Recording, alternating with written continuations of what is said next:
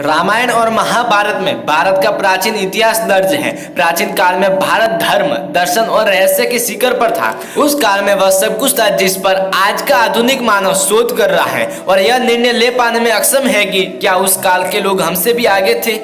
खैर, हम आपको यह बताएंगे ऐसे लोगों के बारे में जिन्होंने अगले जन्म में अपना बदला पूरा किया।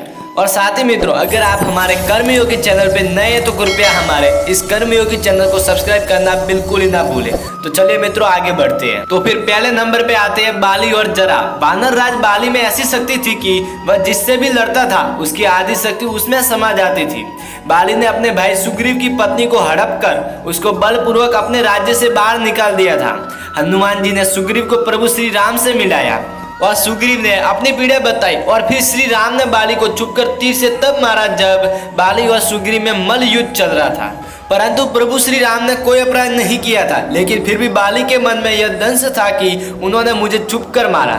जब प्रभु श्री राम ने कृष्ण अवतार लिया तब इसी बाली ने जरा नामक बहेलिये के रूप में नया जन्म लेकर प्रभाव क्षेत्र में विष युक्त तीर से श्री कृष्ण को हिरण समझकर तब मारा जब वे एक पेड़ के नीचे योग निद्रा में विश्राम कर रहे थे। और मित्रों, दूसरे नंबर पे है वेदवती और सीता। रावण भ्रमण करता हुआ हिमालय के घने जंगलों में जा पहुंचा।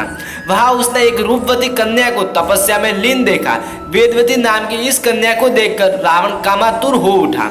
उसने उस कन्या की तपस्या भंग करते हुए उसके साथ जबरदस्ती करने लगा। वेदवती ने पीड़ित होकर कहा, मैं परम तेजस्वी महर्षि कुशध्वज की पुत्री हूँ। मेरे पिता की इच्छा अनुसार मैं विष्णु की पत्नी बनने हेतु तप कर रही हूँ। मेरे पिता को शंभु नामक दैत्य ने मार दिया। उनके दुख में मेरी माँ अग्नि में समा गई और अब हे पापी, तूने मेरी तपस्या भंग कर दी। ऐसा कहते हुए वेदवती ने क्रोधित होकर फिर से कहा, हे दुष्ट, मैं तुम्हारे वध के लिए फिर से किसी धर्मात्मा पुरुष की पुत्री के रूप में जन्म लूंगी। महान ग्रंथों में शामिल दुर्लभ रावण संहिता में उल्लेख मिलता है कि दूसरे जन्म में वही तपस्वी कन्या ने सीता के रूप में जन्म लिया और यही वेदवती रावण की मृत्यु का कारण बनी। मान्यता है कि सीता के जन्म के बाद ज्योतिषों ने उस कन्या को देखकर रावण को यह कहा कि यदि यह कन्या इस महल में रही तो अवश्य ही आपकी मौत का कारण बनेगी। यह सुनकर रावण ने उसे फेंकवा दिया था।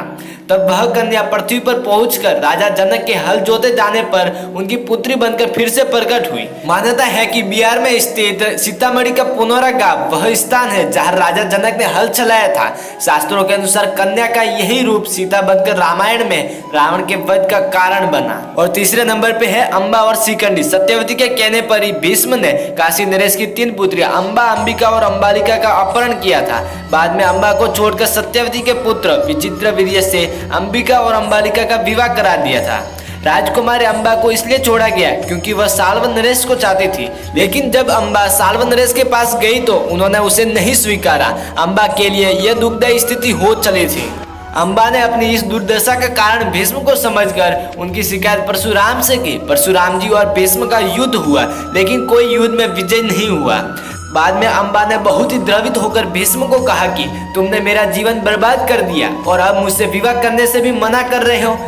मैं निस्सहाय स्त्री हूँ और तुम शक्तिशाली। तुमने अपनी शक्ति का दुरुपयोग किया। मैं तुम्हारा कुछ भी नहीं बिगाड़ सकती, लेकिन मैं पुरुष के रूप में दोबारा जन्म लूंगी और तब तुम्हारे अंत का कारण बनूंगी। और सत्य यह है कि यही अम्बा प्राण त्याग कर शिखंडी के रूप में जन्म लेती है और भीष्म की मृत्यु का कारण बन जाती है। हालांकि इसी तरह की अन्य घटनाएं भी रामायण, महाभारत और पुराणों में दर्ज है।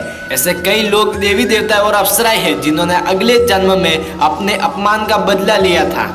तो फिर मित्रों, ये थे रामायण और महाभारत काल के कुछ लोग जिन्होंने एक जन्म से दूसरे जन्म में बदला लिया। अगर वीडियो आपको पसंद आया हो तो मित्रों, हमारा इस वीडियो को लाइक, कमेंट, शेयर एंड हमारे कर्मयोगी चैनल को सब्सक्राइब करना बिल्कुल ही ना भूलें। तो फिर ठीक है मित्रों, आज के लिए इतना ही। फिर मिलते हैं अगले वीडियो के साथ में।